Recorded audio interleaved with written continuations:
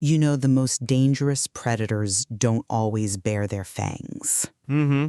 If you are scanning the room for a monster, you will almost certainly miss them, because sometimes they mask their grandiosity in intense shame.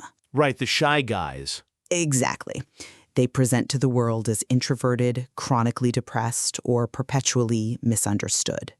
It's the victim archetype, and I argue it is a highly calculated, brilliant disguise designed specifically to disarm their targets before the psychological extraction begins. Welcome to the debate. Today we are decoding the hidden, deeply chilling world of covert narcissism. It is definitely chilling. It really is, and when I look at this behavioral profile, I see a conscious, predatory extraction of power. We are looking at a personality structure that uses deliberate stonewalling, weaponized incompetence, and a systematic data collection as highly calculated strategies of control. Okay, I have to stop you right there. Go ahead. Because using words like calculated strategy and, predator gives them far too much credit for some kind of master plan. You don't think it's intentional? I come at it from a different way. I look at the exact same behaviors, but what I see is a fragile, chaotic structural deficit. We are dealing with an emotionally immature nervous system that is constantly flooding. But the impact. Let me just finish this thought, because if we focus entirely on some diabolical mastermind narrative, we completely obscure the true pathology here. The real issue is how they unconsciously exploit a victim's empathy and trauma responses, literally destroying the victim's reality and their physical health through emotional contagion. And that fundamental disagreement is exactly what we are dissecting today. We're looking at the covert narcissist from two entirely different vantage points. Right. I am analyzing the cold mechanics of the manipulation, how they extract what we call narcissistic supply, while you are breaking down the devastating physiological and psychological toll this dynamic takes on the victim. Which is massive, by the way. Oh, absolutely. So let's start with the behavioral profile.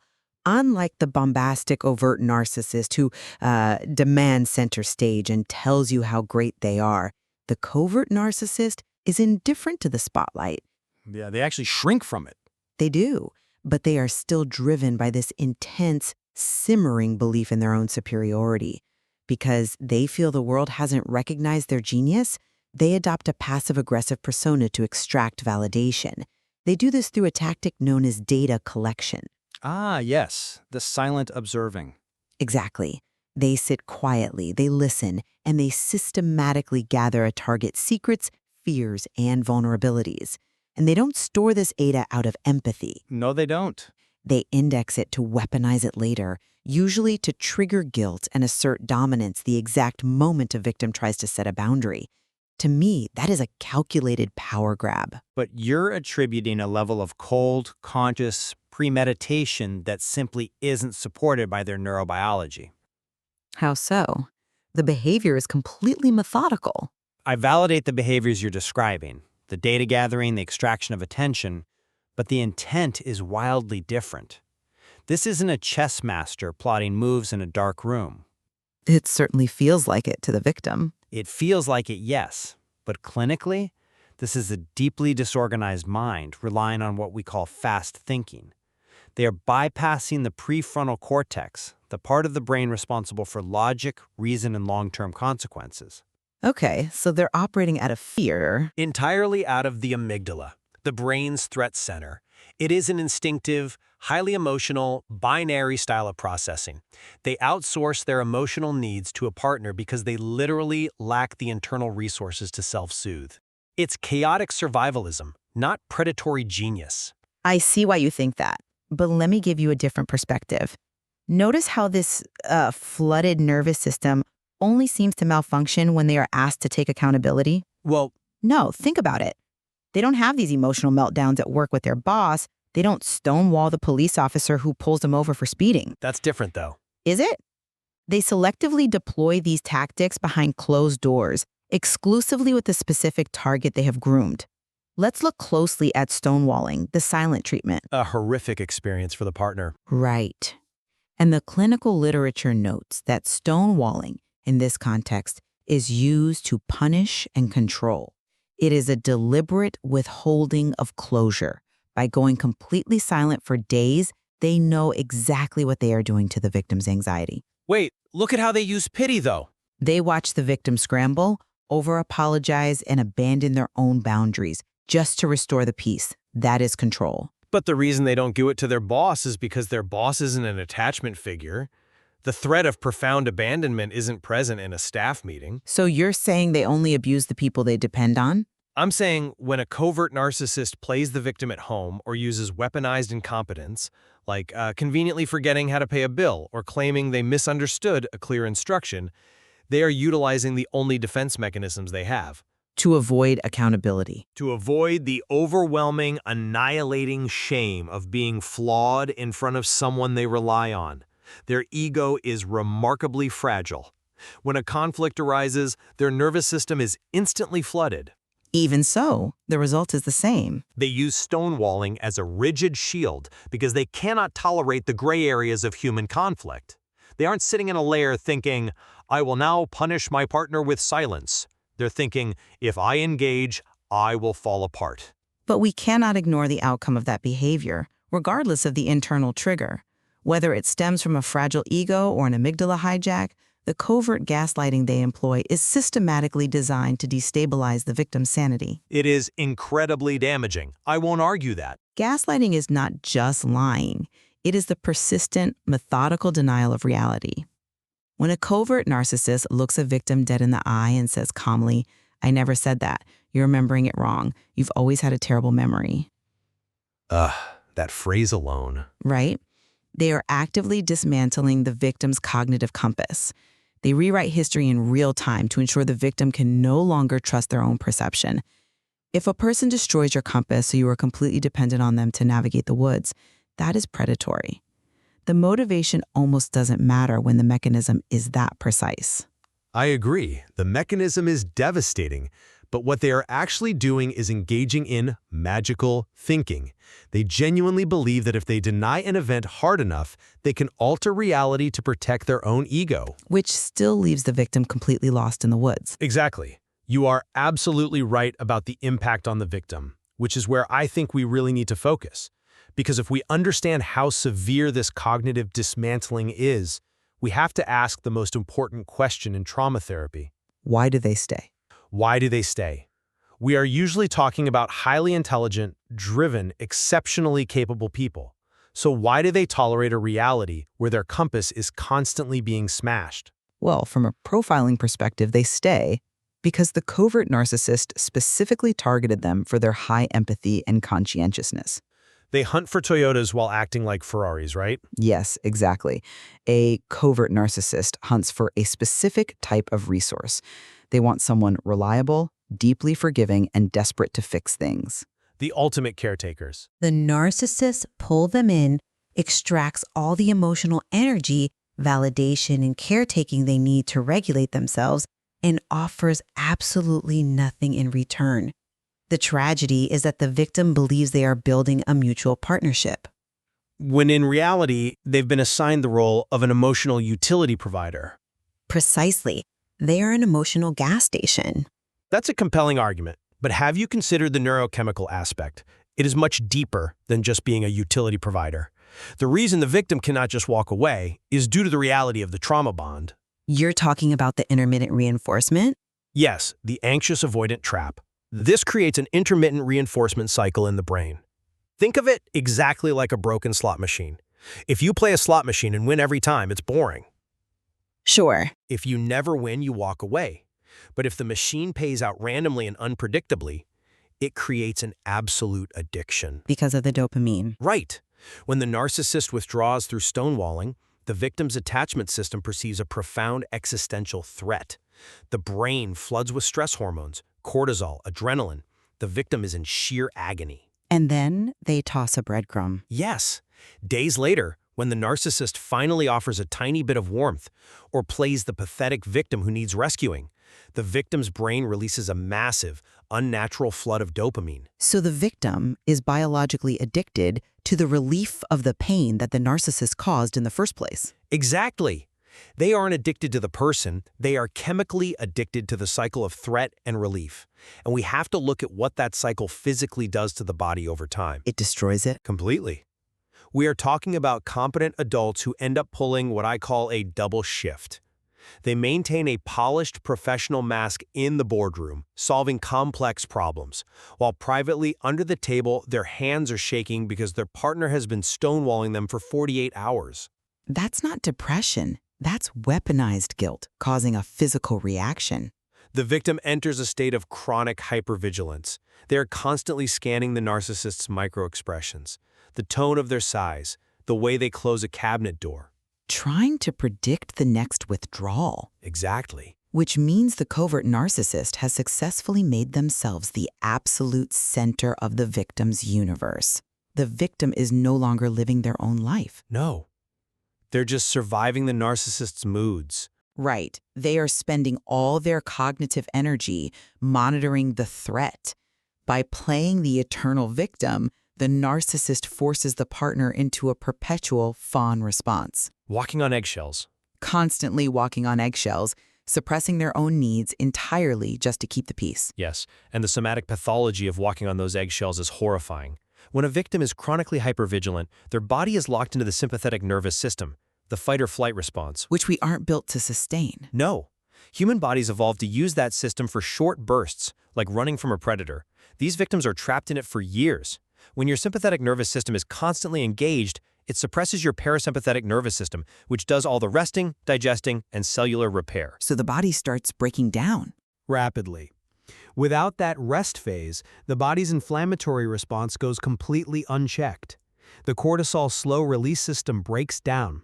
This is the exact mechanism that leads to chronic exhaustion, tension headaches, and severe immune dysregulation. Oh, wow. So you see actual disease manifest. It is incredibly common for victims of covert narcissistic abuse to suddenly develop autoimmune flare-ups, conditions like Crohn's disease, lupus, or Hashimoto's. The narcissist's inability to regulate their own emotions literally makes the victim's body attack itself. That physiological reality perfectly illustrates why standard relational advice fails so spectacularly here. Oh, it's a disaster. If you go to a traditional couples counselor, they'll tell you to use I statements, to communicate your feelings, to be vulnerable. But you cannot be vulnerable with someone who is meticulously logging your vulnerabilities for their data collection. Right, it just gives them more ammunition. Exactly. If you try to negotiate with them, they will use cognitive dissonance to twist your words. You will start a conversation about how their silent treatment hurt you, and 2 hours later, you will find yourself crying and apologizing for your tone. It is maddening. You cannot communicate your way out of this dynamic. You have to starve it, which is why the ultimate tactical defense strategy is the Gray Rock method. The Gray Rock method. It's heavily discussed in trauma recovery. It is a necessary survival shield, but it comes with a heartbreaking emotional cost. I see it as the only effective tactical weapon against this specific profile.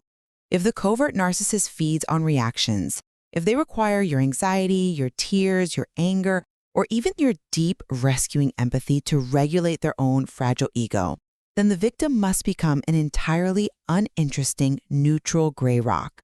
Which is incredibly hard to do. It is, but the protocol is strict. Keep your answers brief, factual, and completely flat. Do not explain, do not defend, do not justify. If they hit you with a subtle micro-insult about your appearance, you do not defend yourself. You just detach. You simply respond with a neutral, okay, or I hear you. You systematically strip them of their data collection. By starving them of their narcissistic supply, they eventually find you boring and look elsewhere to extract their fuel. In theory, yes. It prevents the outward escalation of conflict. Some therapists refer to this as becoming a geode. You are neutral and gray on the outside to deflect the narcissist, but you preserve your sacred, colorful inner world on the inside. That's a great way to look at it. But in practice, this is exactly what trips victims up. Gray rock is a temporary survival tactic for unavoidable interactions, like navigating a divorce, co-parenting, or dealing with a toxic boss. It is not a sustainable way to live in a primary relationship. It requires immense discipline, certainly, but consider the alternative. You are dealing with someone who views relationships as a dominance hierarchy rather than an avenue for genuine connection. They don't want intimacy, they want compliance. That's true. If you don't employ tactical emotional detachment, you will be bled dry. The compassion fatigue that results from continually pouring your empathy into a bottomless pit is far more destructive than the temporary discipline of gray rocking. It isn't about abandoning yourself. It's a calculated asset protection strategy. But it isn't just a simple asset protection strategy, because you cannot easily command the nervous system to shut down its empathy. You have to try, though.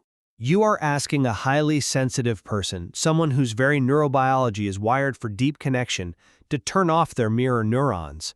Our brains have mirror neurons designed to literally simulate the emotional state of the people around us. Right, to build empathy. Exactly. When a victim is gray rocking, they might sound flat on the outside, saying okay in a monotone voice. But on the inside, their mirror neurons are still catching all of that unspoken hostility, the passive aggression, the simmering rage in the room.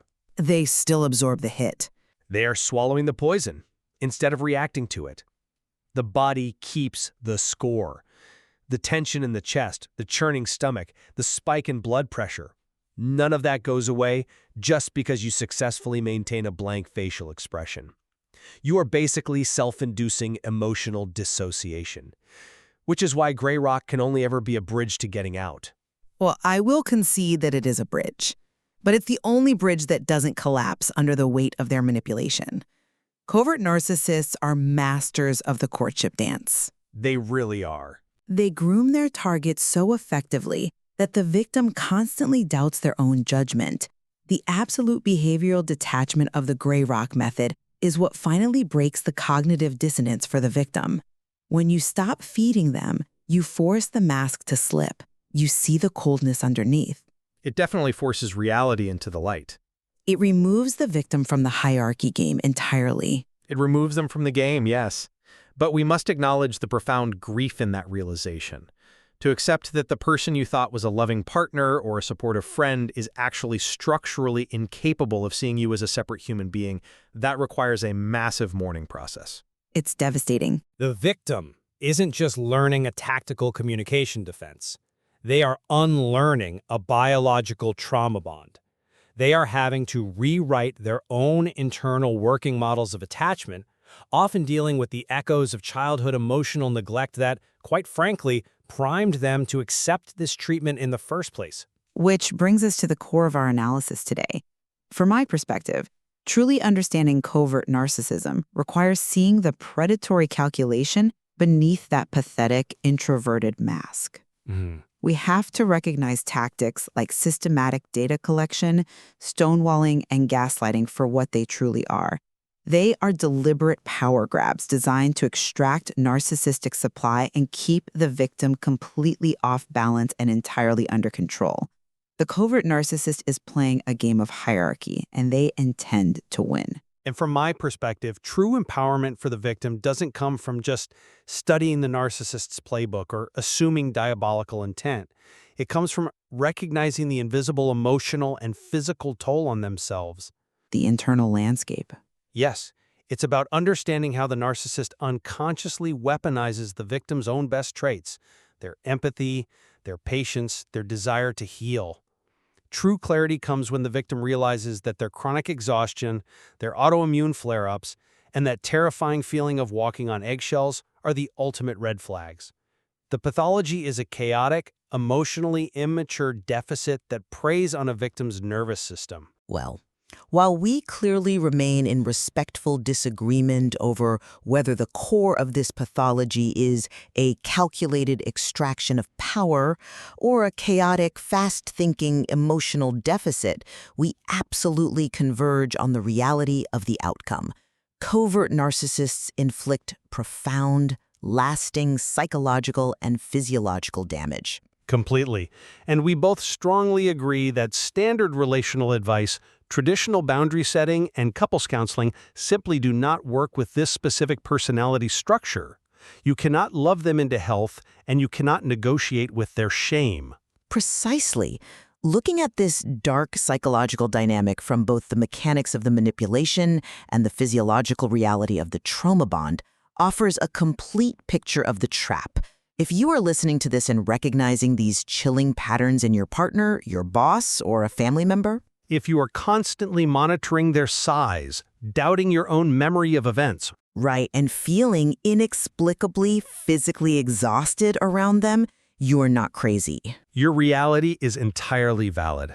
The damage is neurobiologically real, even if it leaves no visible bruises. There is so much more to explore in the literature on trauma recovery, nervous system regulation, and protecting your sanity. Because the most dangerous predators don't always bear their fangs. Sometimes they just look at you with sad eyes, tell you how much everyone else in the world has misunderstood them, and wait for you to offer them your reality. Be careful who you invite into your woods.